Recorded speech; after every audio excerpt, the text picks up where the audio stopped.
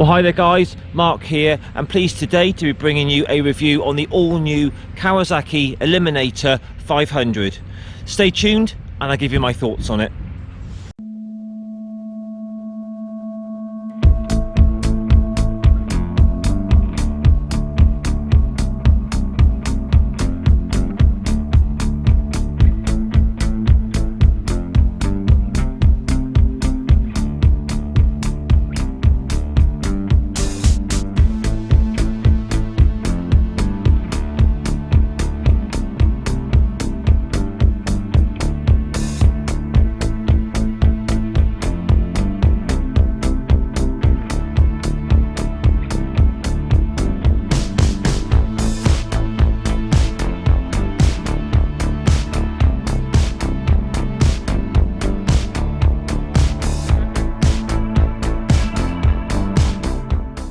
Alright then guys, so let's take a look around this new Eliminator 500, and many thanks to Bournemouth Kawasaki here in the south of England for lending me this bike today.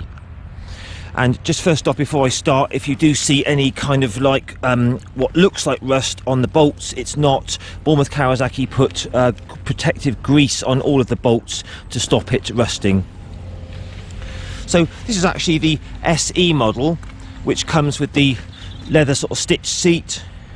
Comes with the fork gaiters, a USB and the headlight cowl, and this is £6,399. You can also get the standard model for £5,999. So all new engine on this is a 451cc parallel twin liquid cooled double overhead cam 8 valve. It's very smooth, it's free revving, punchy and fun. It's putting out a claimed 44.8 horsepower at 9,000 RPM and 42.6 Newton meters of torque at 6,000 RPM. Initial thoughts looking around the bike, very good build quality as you'd expect from Kawasaki. So nice thing with this being obviously a sort of a cruiser, it's got a very nice low seat height, which will be good for a lot of new riders to get their feet flat to the floor easily. Seat height on this is 735 millimeters. Take a look at me on the bike, and as a reference, I'm 5'7" tall, 170 centimeters, 30-inch inside leg, and I weigh about 75 kilos. Just look at me on the bike, then you can compare that for yourself.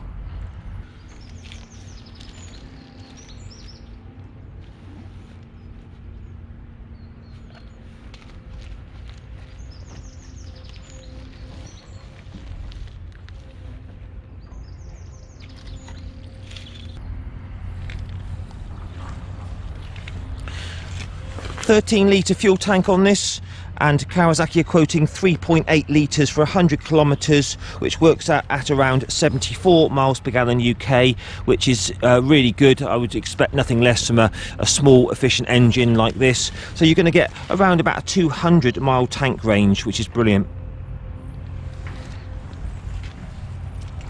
So you know, you may be thinking, you know, this or the, you know, the Vulcan 650. This is quite a bit cheaper than the Vulcan, and it's quite a lot lighter as well. 176 kilograms this way, so it does feel very light to push around, and especially light on the move. First, we have a 130 on the front with an 18-inch wheel, and on the back we have a 16-inch wheel with a 150 section. We have a 6-speed transmission on this, which is very positive, very smooth, and assist and slipper clutch cable, which is one of the lightest, easiest clutches I think I've used in a long time. We've got nice LCD instrument panel there with lots of information. Look at that a bit later on. LEDs all round, smartphone connectivity, single disc on the front, single disc on the rear by Nissin. We've got non-adjustable front forks, but they're very well set out of the factory, and preload adjustable rear shocks. Service intervals on these is 7,500 miles. Top speed of this bike, I would estimate with 45 horsepower, around about 95 miles an hour top speed. But if you're kind of looking for this sort of style of bike, custom cruiser sort of style, light, efficient bike, well priced, you know, this is really, so far, my first little ride here, it really rides ever so nicely. It's very smooth, it's very potent, fun little machine, very comfortable. So anyway, let's take it out for the test ride, shall we? Kawasaki Eliminator 500. Let's try this out. So really nice low seat height, so I can easily swing a leg over, and my feet are flat to the floor with my knees bent, and I'm 5'7", 170 centimeters. So that's a good start. It feels very, very soft in the suspension, front and rear, and it feels very light as well. So we'll just run through all the controls here. We've got a super smooth and light clutch, which is a joy to use. Headlight flasher, high and low beam, hazards, indicators and horn, nice and simple, just what you want from a bike like this. Your starter and your engine kill switch. This is the SE model, and it's got a USB seat cowl, headlight cowl, different seat gaiters. We have both clutch and front brake are non-adjustable. You sit sort of right into the bike, the bars are nicely raked back, so that's a good start. Obviously it's a cruiser. The bike feels very, very light, it's easy to push about, so if you had to push it about in your garage, everything's fine in that respect. So nice dash there, LCD, smartphone connectivity. That little Bluetooth sign does go off once you get going. So you've got your rev counter, gears, you've got your range, miles per gallon, odometer, fuel gauge, and all your warning lights along the top there. So straight away you've got that parallel twin growl. Give you a little sound check. Lovely.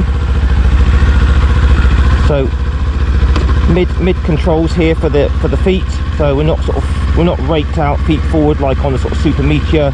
Got the mid controls here, very comfortable, very smooth clutch, and away we go. Very smooth pulling away, that's nice. On the open road on the all new Eliminator 500, and I must say, so far I found this little bike absolutely charming to ride. Very impressive. I mean, the engine is super free revving, it's punchy, it's torquey.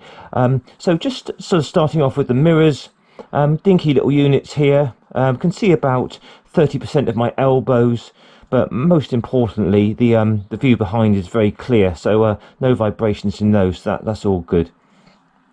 I really like the new dash there. I can see the speedo, revs, gear, fuel gauge, time, all very easily. LCD display, but all very good to read easily, so that's great. The riding position, as you'd expect from this sort of cruiser style bike, it's got nice raked backed handlebars, very upright. I do like the mid sort of mid controls for your legs, and there's plenty of room there, so really, really good. Seat is very comfortable. You could easily ride this all day long. I mean, we're just cruising along like this now. It really is in its element. The engine is smooth, punchy, fun. It's got really nice sort of throttle response, and super light clutch action. I really like that.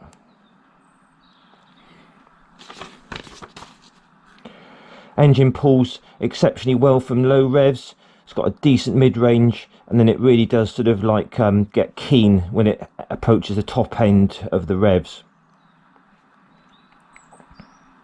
All in all, you know, the whole sort of feel, fit and finish of the bike feels very well screwed together, as you'd expect from Kawasaki. The ride quality is excellent. So what we'll do in a minute, we're just going to try the brakes out, try it out front and rear. So we're just cruising along now. Yeah, nothing behind. So there we go, front and rear together, and very strong indeed. I mean, it's a new bike, so but they all work really well. So second gear now, just sort of revving it out to the mid-range, short shifting, because it's quite a new bike, and it does really pick up speed well. I said about top speed of this is around about 95 miles an hour.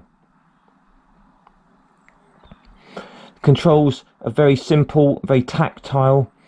Quality units, they feel good to the touch. So round the bends it feels light, very sure-footed. I mean, we're in very, very wet conditions here today in the UK. It's been raining non-stop through the winter, but it does feel very sure-footed around these bends. Okay, let's take it onto a dual carriageway and see how it handles the higher speeds. So we're just coming onto a dual carriageway now, just to try out the Eliminator 500 at the slightly higher speed. Just opening it up through that lovely little mid-range to about 70 miles an hour. It's turning over at the moment just around about 6,000 RPM. Still feels nice and relaxed. There's a little bit of vibes coming through the foot pegs at these sort of revs. Nothing through the pegs, sorry, nothing through the seats or the bars, but it's nothing untoward for a parallel twin. You know, on the whole, it's a very, very smooth, refined engine. Wind blast at this speed is acceptable. It's getting a nice little bit of a sort of breeze into my chest, but it's a really comfortable position, and you're just sort of like leaning sort of backwards into the wind, sort of blast, so to speak. It's quite a light bike, but it's holding its line very well. Even though I've got a bit of a crosswind coming through me at the moment, it's doing really well.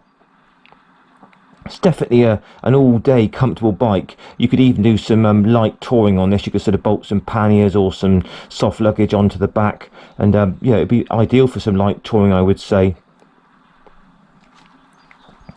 Sort of finding like sort of, you know, round about sort of 60, 65 is a really nice speed on it. It's a bit more relaxed, and it's happy at that sort of speed.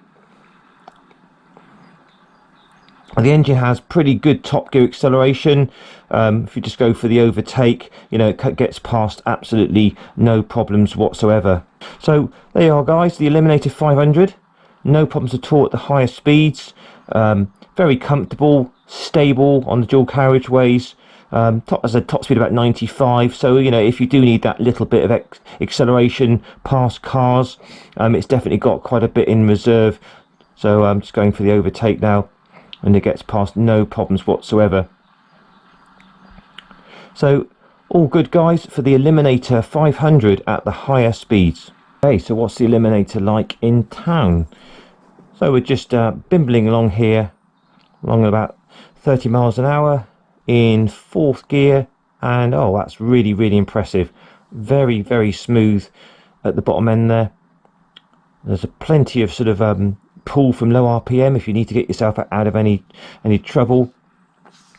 Just fitting the fuel injection. Fueling is super smooth. There's no sort of surging, hunting. It's absolutely immaculate, and there's no snatchiness in the throttle at all, so that's great. All the low speed handling and control is very good, because the weight's quite light on this, and it's quite the weight is low down as well. So you've got an excellent clutch, very, very light, and the gearbox is very slick as well.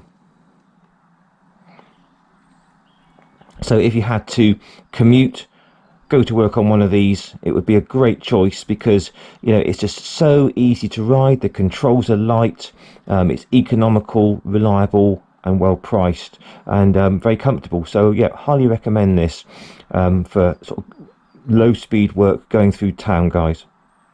On the new Eliminator 500, a very, very impressive little cruiser bike, well styled, well priced, very well built. Smooth, torquey, punchy, really nice sort of manners, very, very easy to ride. Just all in all, a really good, fun little bike to ride for all sorts of conditions. You know, country weekends, do a bit of touring, bit of commuting, all that sort of stuff. So guys, please, if you like this video, please give me a like. Don't forget to share, subscribe, post your comments down below, and I'll catch you in a week or so for another review. Take care, guys, ride safe, all the best, and bye for now.